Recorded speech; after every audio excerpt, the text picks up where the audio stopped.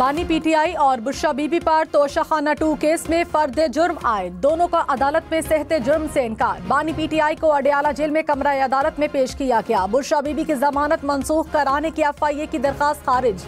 Islamabad high court में समाअत, अदालत ने कहा बुशरा बीबी ट्रायल कोर्ट में पेश नहीं होती तो जज जमानत वापस ले सकता है।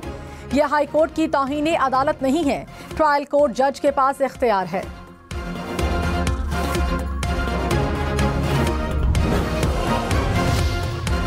सिविल नाफरमानी की तलवार लटकाकर बातचीत नहीं हो सकती। मुज़ाकरात करने के लिए पुराने तौर तरीके खत्म करना होंगे। हुकूमत ने तहरीके इंसाफ को शराइत पेश कर दी। सेनेटर इरफान सदीकी ने कहा बातचीत के लिए कभी दरवाजे बंद नहीं किए। सिविल नाफरमानी की धमकी न दें, सरों पर तलवार मत लटकाएं। मुल्क को आगे बढ़ना चाहिए, हम फसाद नहीं चाहते।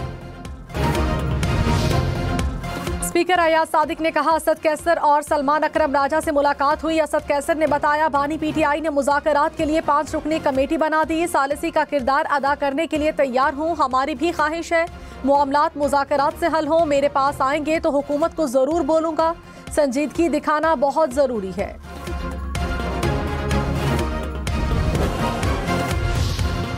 मौलाना फजलुर रहमान की मदारिस बिल पर सदर आसिफ जरदारी से शिकायत। कहा बिल पर 1.5 माह बाद एतराज किया गया। 10 दिन दस्तखत ना हो तो खुद ब खुद कानून बन जाता है। एक्ट बन चुका है, फौरी नोटिफिकेशन किया जाए। मुस्लिम लीग नून और पीपल्स पार्टी ने मिलकर कानून बनाया। बिल बनाने वाले ही मुतनाज़े बनाकर उलमा को उकसा रहे हैं। उलमा से शिकायत नहीं, हमारा जिम्मेदार ऐवान सदर है। हुकूमत मुल्क को बहरान में धकेलना चाहती है। अदालत जाना पड़ा तो जाएंगे। इस्लामाबाद समेत मुल्क भर में मुजाहिरे करेंगे।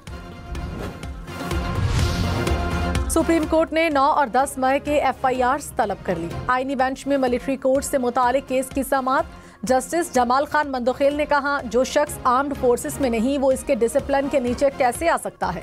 एक शख्स महकमा ज़राअत में है, उस पर महकमा ज़राअत के डिसिप्लिन का इतलाक होगा।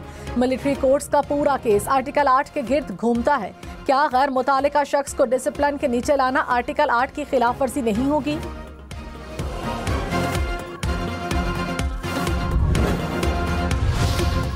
क्या इलेक्शन कमीशन तमाम अदालतों से बालातर है? जस्टिस आयशा ए मलिक का DG लॉ इलेक्शन कमीशन से इस्तफसार। कहा आपको किसी चीज की परवाह ही नहीं, क्या आप किसी को नहीं मानते? जस्टिस मंसूर अली शाह ने कहा आप अदालत और मजिस्ट्रेट को भी नहीं मानते, खुद भी इंक्वायरी नहीं करते। इलेक्शन कमीशन ने बुलडोजर लगाया हुआ है। एक हल्के के आवाम को डिसफ्रेंचाइज करने का पैमाना तो सख्त होना चाहिए। अदालत ने MNA आदिल बाज़ई की रुकनियत बहाल कर दी। इलेक्शन कमीशन ने डीसीट करने का नोटिफिकेशन मुअत्तल कर दिया। इस्लामाबाद हाई कोर्ट में जजेस की तकर्रियों के लिए जुडिशल कमीशन का इजलास 21 दिसंबर को तलब। जज हुमायूं दिलावर, शाहरुख अर्जुमन, आजम खान के नाम पर गौर होगा। सुल्तान मजहर शेर, काशिफ अली मलिक, बैरिस्टर कमर सब्जवारी का नाम भी शामिल। 26वीं आईनी तरमीम के खिलाफ दायर दरखास्तों को diary number allot. Supreme court में 12 से ज्यादा दरखास्तें दायर की गई। बलोचिस्तान बार काउंसिल और Balochistan high court bar association की दरखास्तों को भी नंबर लग गया। समेत बल्तिस्तान डिवीजन में मौसम सरमा की पहली जो बर्फबारी का सिलसिला वक्फे से जारी है।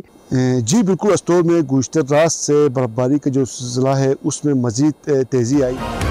मुल्क के शिमाली और बालाई इलाके बर्फबारी की लपेट में। शिघर, अस्तोर समेत गिलगित बल्तिस्तान के बेशतर इलाकों में बर्फबारी। पहाड़, गली कूचों ने सफेद चादर ओढ़ ली। मकानात, गाड़ियां, दरख्त बर्फ से ढक गए। आज़ाद कश्मीर में वादी नीलम, कहूटा, वादी लीपा में भी हर तरफ सफेदी। स्कर्दू, गिलगित, आज़ाद कश्मीर के मुख्तलिफ इलाकों में पारा नुक्ता इंजमात से नीचे। शदीद सर्दी की दूसरी लहर 22 दिसंबर से मुतवक्के।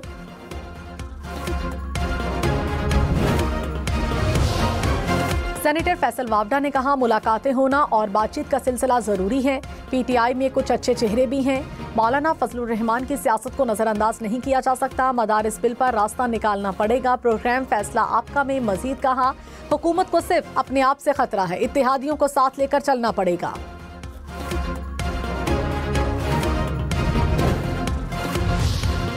ओपोजिशन लीडर उमर अयूब खान ने कहा अभी मुज़ाकरात शुरू नहीं हुए, सबसे बातचीत के लिए तैयार हैं। सियासी मुज़ाकरात आगे बढ़ने तक मुल्क तरक्की नहीं कर सकता।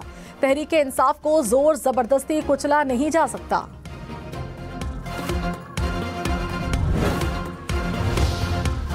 रहनुमा पीपल्स पार्टी शरी रहमान ने कहा, फैज़याब होने का वक्त गुजर चुका।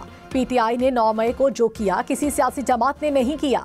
अभी भी सिविल नाफरमानी की कॉल दी हुई है।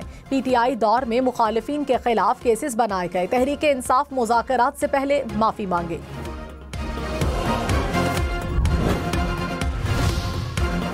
साबिक सदर डॉक्टर आरिफ अलवी ने कहा, अच्छी बात है फैज हमीद पर मुकदमा चल रहा है। हमेशा से यही कहना था, मुज़ाकरात करो। अपना किरदार अदा करने के लिए तैयार हूँ।